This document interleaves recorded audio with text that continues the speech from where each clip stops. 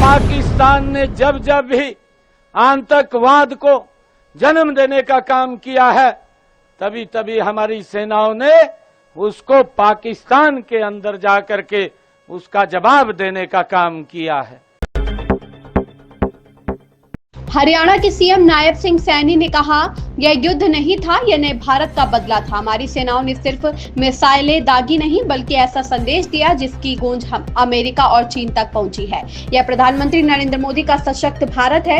यही संदेश हमारी सेना ने दिया है। जब भी पाकिस्तान ने आतंकवाद को जन्म देने की कोशिश की है, हमारी सेनाओं ने पाकिस्तान में घुसकर उसका जवाब दिया है। प्रधानमंत्री मोदी ने नारा दिया है कि अब समय आ गया है कि आतंकवाद की बची हुई जमीन को भी नष्ट कर दिया जाए। आज बताते हुए कि यह युद्ध नहीं था, यह नए भारत का एक प्रतिशोध था। हमारी सेनाओं ने सिर्फ मिसाइलें नहीं छोड़ी, उन्होंने ऐसा संदेश दिया जो अमेरिका और चीन तक भी इसकी गूंज गई है। उन्होंने यह संदेश दिया कि अमेरिका और चीन तक यह नया भारत प्रधानमंत्री श्री नरेंद्र मोदी जी का ये सशक्त भारत है। ये संदेश देने का काम हमारी सेना ने किया है। आप सब जानते हैं कि अब ऑपरेशन सिंदूर और जो वहां के पाकिस्तान के 9 जो ठिकाने थे जिनको नेस्त नाबूद करने का काम हमारी सेना ने किया है, एक टारगेटेड तरीके से। हम सब जानते हैं पाकिस्तान ने जब जब भी आतंकवाद को जन्म देने का काम किया है, तभी तभी हमारी सेनाओं ने उसको पाकिस्तान के अंदर जाकर के उसका जवाब देने का काम किया है। मुझे ध्यान में है, आप सब भी जानते हैं, जब सर्जिकल स्ट्राइक हुई पाकिस्तान की भूमि के अंदर जाकर के हमारे सैनिकों ने उन आतंकवादी अड्डों को नेस्तनाबूद करने का काम किया है।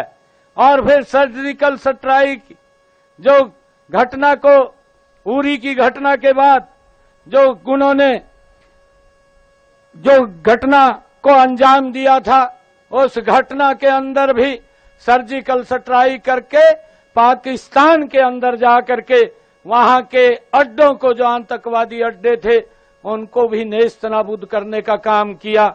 और अब पहलगाम की जो घटना थी, पहलगाम के अंदर हमारे देश के जो परिवार सहित घूमने के लिए जम्मू कश्मीर के अंदर गए हुए थे, पहलगाम के अंदर गए हुए थे, और एक टारगेट तरीके से वहां के आतंकवादियों ने उनको निशाना बनाया और निशाना बना करके उनको गोलियों से भूनने का काम किया है और उनको एक विशेष तरीके से पूछ करके उनको गोलियों से उनके परिवार के सामने उनको मारने का काम वो किया है।